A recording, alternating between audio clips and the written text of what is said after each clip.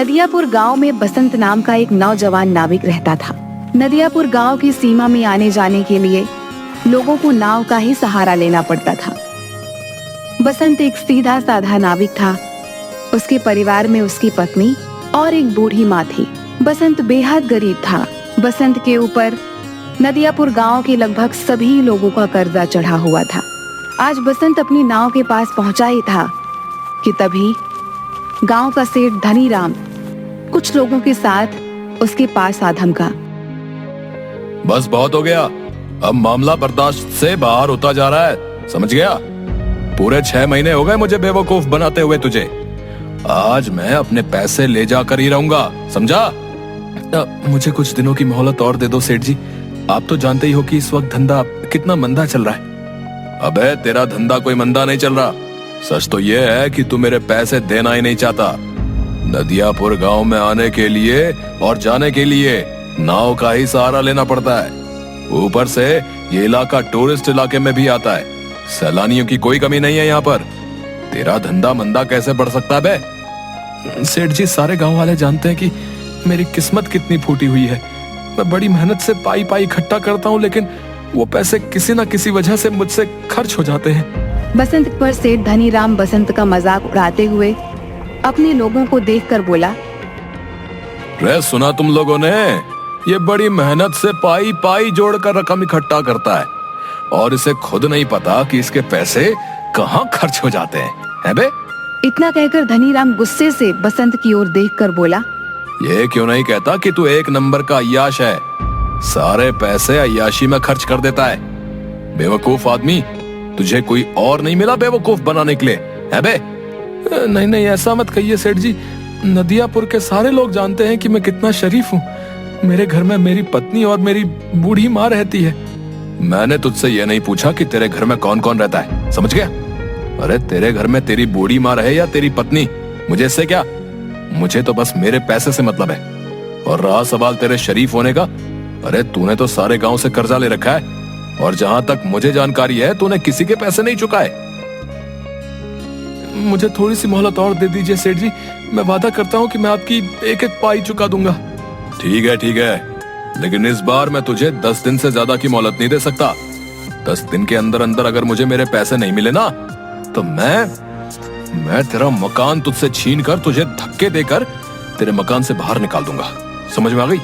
इतना कहकर धनीराम वहाँ से चला गया और बसंत अपना मुंह लटकाते हुए अपने काम पर लग गया। शाम को थका हारा बसंत जैसे ही अपने घर पर पहुँचा, उसकी पत्नी बोली, आ गए सेठ जी घर पर।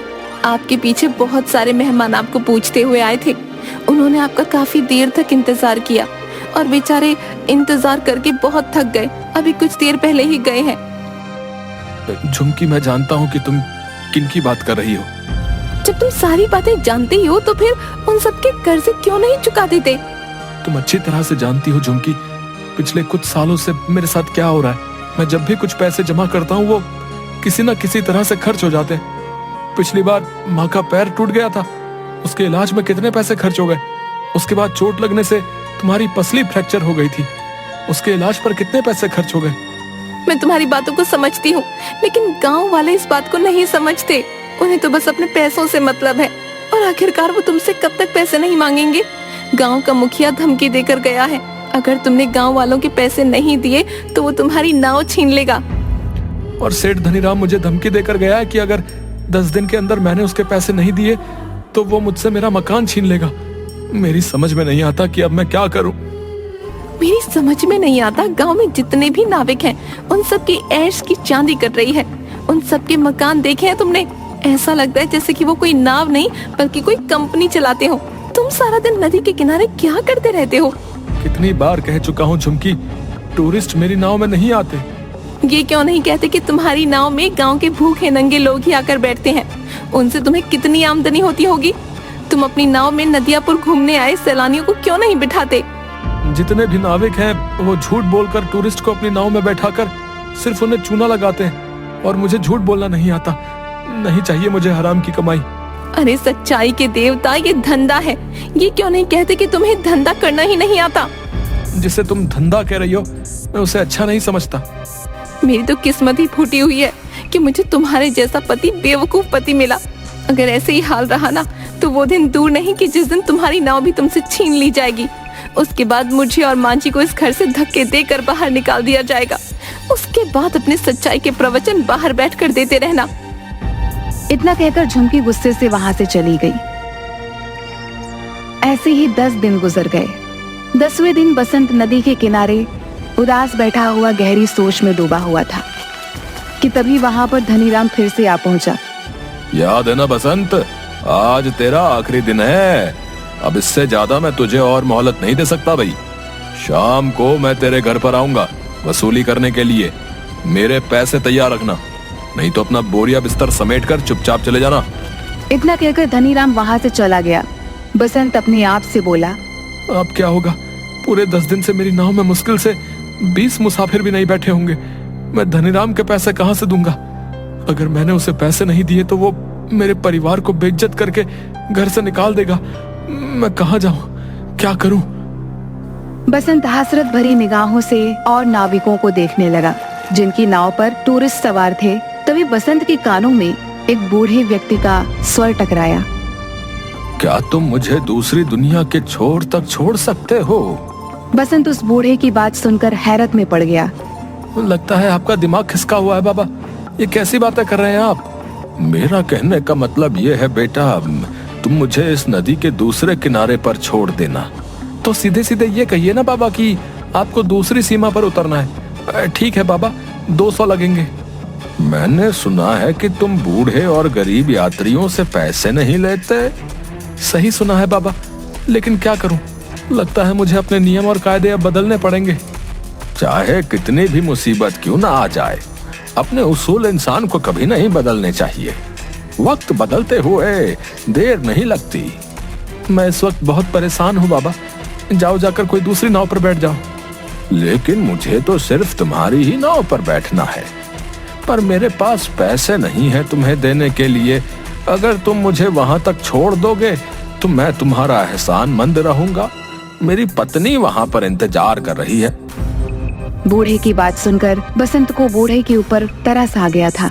ठीक है बाबा, मैं तुम्हारा दिल नहीं तोड़ूंगा। आइए बैठिए, जहाँ आपको जाना है मैं आपको वहाँ छोड़ दूंगा, ठीक है?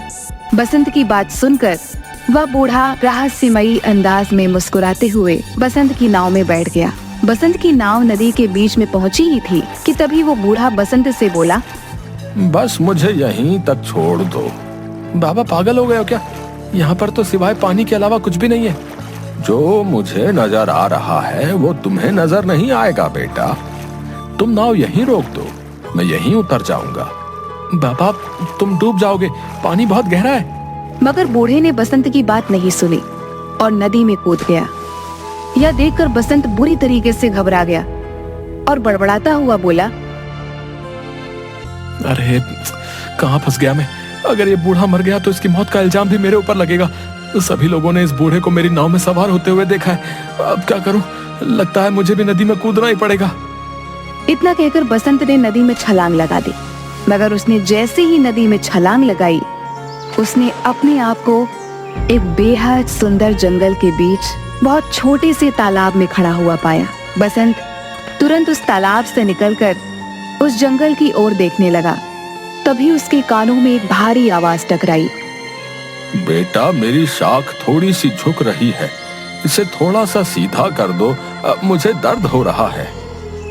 बसंत ने देखा कि वो जिस पेड़ के नीचे खड़ा था, बसंत से वही पेड़ बोला था। बसंत डर गया।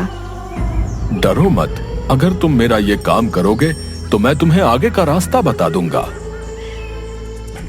बसंत ने डरते डरते उस पेड़ की शाख ऊंची कर दी। तभी अचानक बसंत के सामने एक बेहद सुंदर सोने की सड़क बन गई। घबराओ मत, तुमने मेरी मदद की है, इस वजह से ही तुम्हारे लिए ये सोने की सड़क मैंने बना दी है। तुम यहाँ से सीधे राजमहल तक पहुंच जाओगे। लेकिन ये कौन सी जगह भाई? कुछ देर बाद तुम्हें पता लग जाएगा। तुम जिस रास्ते से यहाँ पर आए हो वो रास्ता सिर्फ शाही लोगों के लिए खुलता है। तुम जरूर कोई खास हो। कुछ दूर चलकर बसंत की नजर एक पेड़ पर गई, जहां पर लाल लाल सेब लटक रहे थे। अचानक एक सेब बसंत की ओर देखकर बोला, देख क्या रहे हो? अगर तुम्हें भूख लगी है तो मुझे खा लो। अरे वाह, ये मैं कहाँ आ गया? वो बूढ़ा जरूर कोई मायावी व्यक्ति था। नहीं नहीं, मैं जहाँ पर रहता हूँ वहाँ पर बोलने वाले फल नहीं होते। अगर वो बोलते तो हम बिल्कुल नहीं खाते। तुम वाकई बहुत दयालु लगते हो। तुम्हारा इस जादुई नगरी में स्वागत है। इस सोने की सड़क पर सीधे चले जाओ, कुछ ही देर में तुम महल तक पहुंच जाओगे।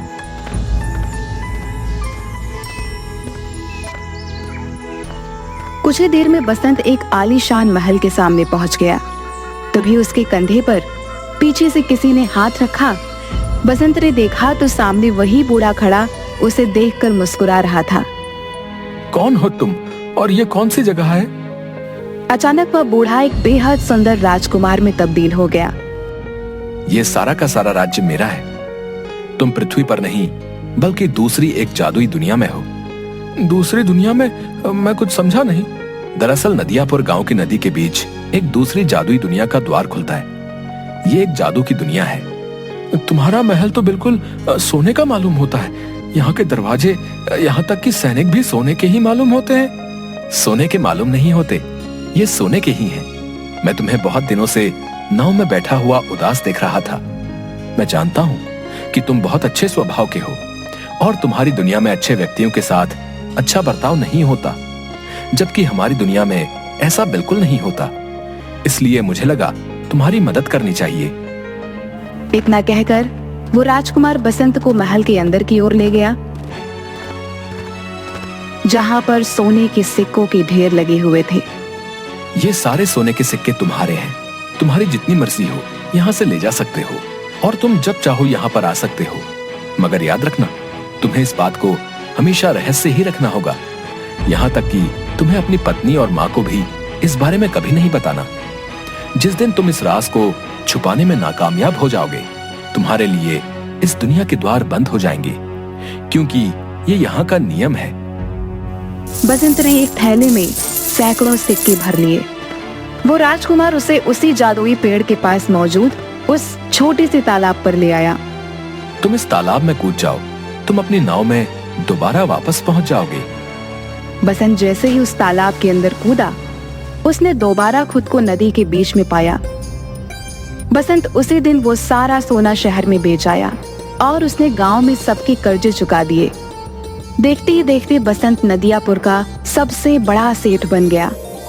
एक दिन बसंत की पत्नी ने बसंत से कहा, तुमने आज तक नहीं बताया जी कि आखिरकार तुम इतने ढेर सारे पैसे लेकर कहाँ से आए और तुम कुछ दिनों के लिए अचानक कहाँ लापता हो जाते हो? मैंने तुमसे कितनी बार कहा है झुमकी कि मैं इस बारे में नहीं बता सकता। इतना तो मैं जानती हूँ कि तुम कोई गलत काम नहीं कर सकते। अगर तुम नहीं बताना चाहते तो शायद इसमें ही हम सबकी भलाई होगी। बसंत की अमीरी देखकर धनी राम अंदर ही अंदर जलने लगा। एक दिन उसने अपने खास आदमी भीमा से कहा, मेरी समझ में नहीं आता भीमा कि ये बसंत रातों रात अमीर कैसे बन गया।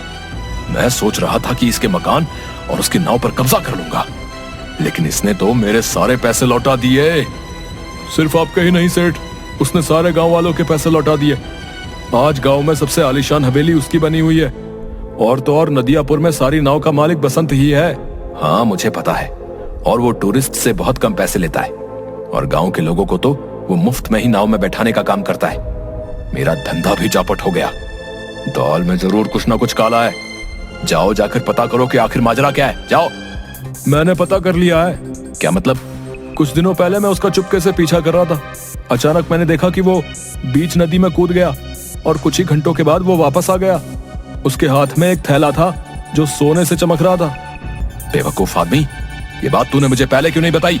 इसका मतलब कि नदी के बीचों बीच जरूर कोई सोने की सुरंग है जो उसके हाथ लग गई है। मुझे अभी ले चलो वहां पर।